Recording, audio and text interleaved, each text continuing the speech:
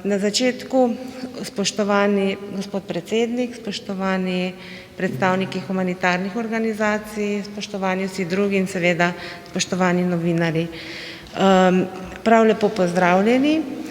Danes smo se zbrali v predsedniški palači na pogovoru pri predsedniku z namenom, da nekako pogledamo, kako poteka delovanje humanitarnih organizacij v času epidemije COVID-19 in smo nekako poskušali se pogovoriti, katere so tiste pozitivne točke, kje so tista področja, na katerih bi bilo potrebno še kaj dodati, narediti, kje lahko sodelujemo, kje lahko stopimo še korak naprej.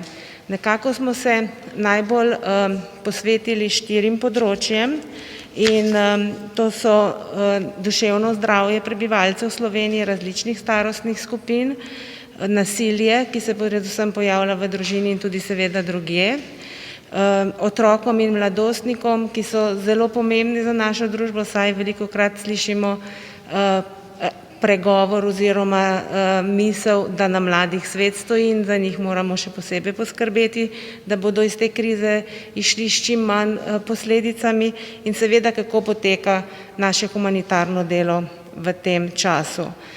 Humanitarne organizacije smo se seveda prilagodile epidemiji, prilagodile smo se z modificiranimi metodami dela, kako priti do uporabnika, kako izvajati storitve, svoje aktivnosti preselili na splet.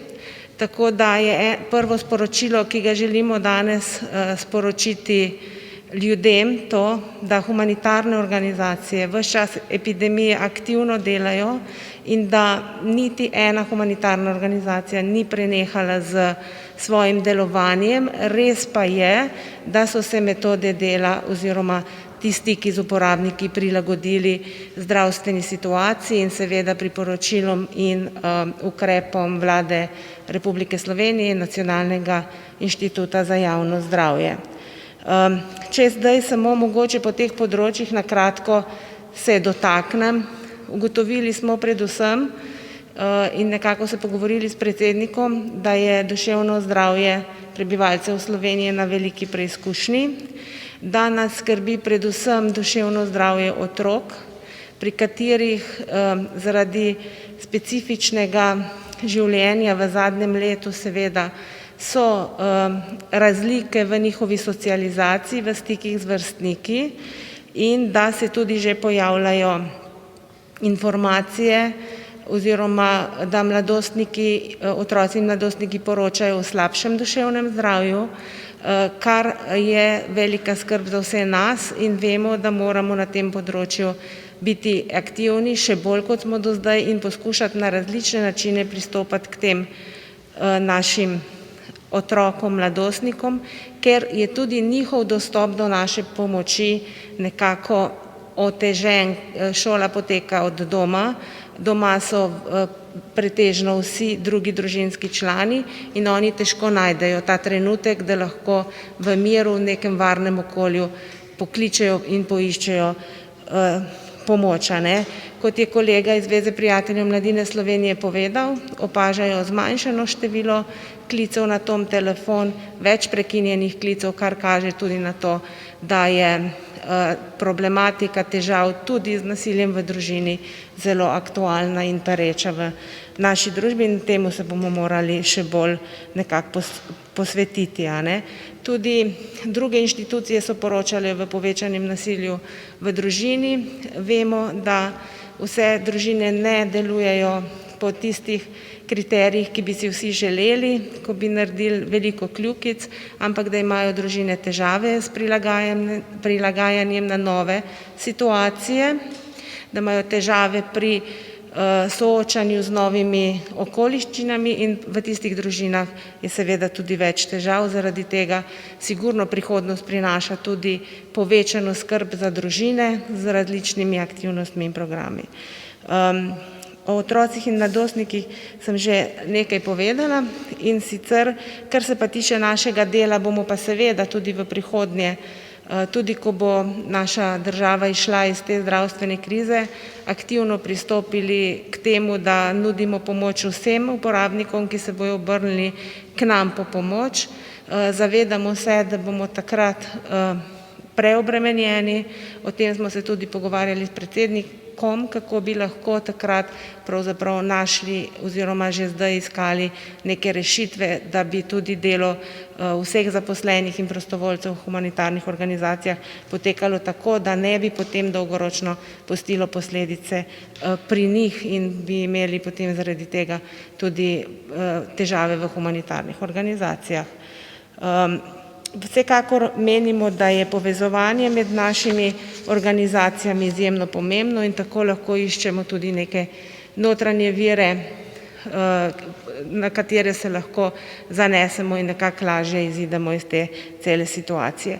Tisto, na kar bi pa mogoče ob koncu želela opozoriti, je pa to, kar je zelo pomembno nekako tudi za našo družbo kot celoto, za naše humanitarne organizacije, za vsakega posameznika v naši državi, da poskušamo čim bolj biti solidarni eden do drugega, poskušati pomagati eden drugemu, slišati eden drugega in skratka na ta človeški način, osebni način, kolikor je pač mogoče, da z mogoče fizično distanco, ampak socialno bližino okrepiti razpoloženje, počutje, smisel življenja pri vsakemu posamezniku, s katerim pridemo na kakršenkoli način v stik ali z vidika humanitarnih organizacij ali pa nasploh. Ob koncu bi se seveda gospodu predsedniku zahvalila za pripravljenost, da smo se lahko srečali z njim in seveda si želimo ustvarjati nove rešitve in reševati izzive, ki so pred nami skupaj z njim in skratka še enkrat hvala. Najprej 3 zahvale. Prva zahvala gre Nacionalnemu forumu in vsem humanitarnim organizacijam, ki ste tudi v času lanskega leta, ko nas je preizkušal COVID, po svojih najboljših močeh pomagali ljudem v stiskah, duševnih, socialnih in drugih. Posebna zahvala gre prostovoljcem. 10 in 10 tisoče prostovoljcev, tistih, ki so prej pomagali ljudem v stiskah in tisti, ki so se v tej krizi posebej na novo oglasili, zlasti mladi, z inventivnimi pristopi. Tistim gre moja posebna zahvala danes. In tretjič, gre zahvala medijem. Zlasti takrat, ko poročajo o dobrih praksah, o dobrih zgodbah. V vsaki krizi je zelo pomembno, da poleg tesnobe obstaja tudi navdih.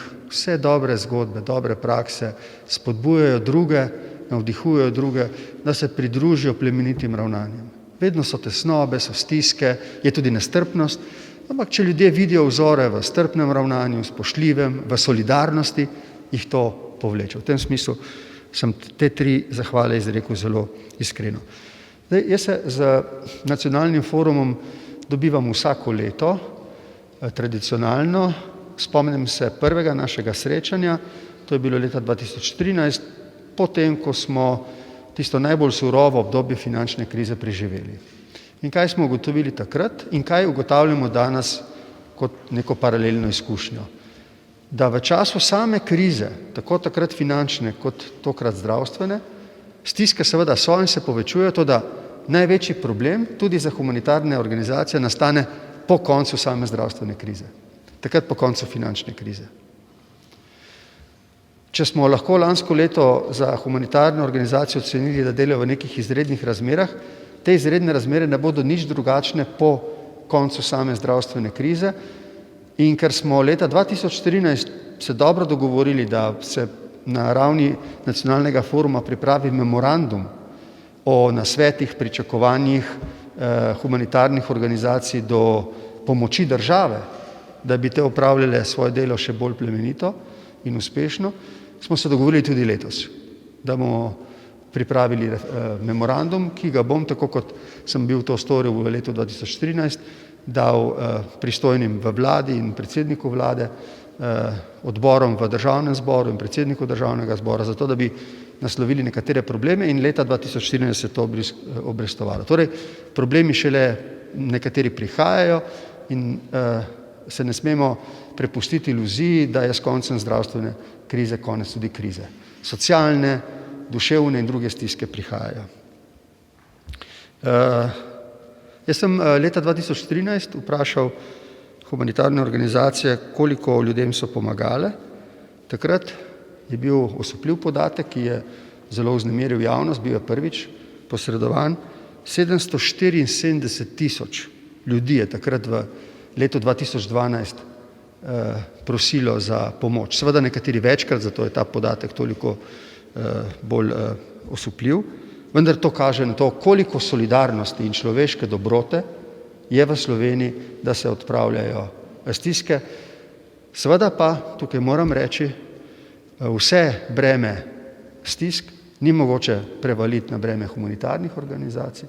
Tukaj bo morala svoje delo opraviti tudi država, ima funkcijo socialne države in se mora tukaj tudi v odnosu z vami čim bolje organizirati za čas po krizi, da bomo te številne stiske rešili. Rad bi povedal, da smo se pogovarjali o tem, da so tokrat te stiske nekako doletele vse, skoraj da brez izjeme, vsakega na svoj način, nekatere bolj, nekatere manj. Tisto, kar nas skrbi, enako kot po koncu finančne krize, je, da bi iz te krize išli ljudje neenaki. Da bi v krizo šli z relativno enakimi socialnimi in drugimi pogoji, iz nje pa išli različni, to bi lahko bil razlog za veliko nezadovoljstvo in tudi razočaranje. Temu se je potrebno nekako z ukrepi izogibati in koliko razumem, protikrizne ukrepe in druge se k temu tudi stremi. Pogovarjali smo se o tem, da so bile praktično vse generacije deležne stisk in problemov, vsaka na svoj način.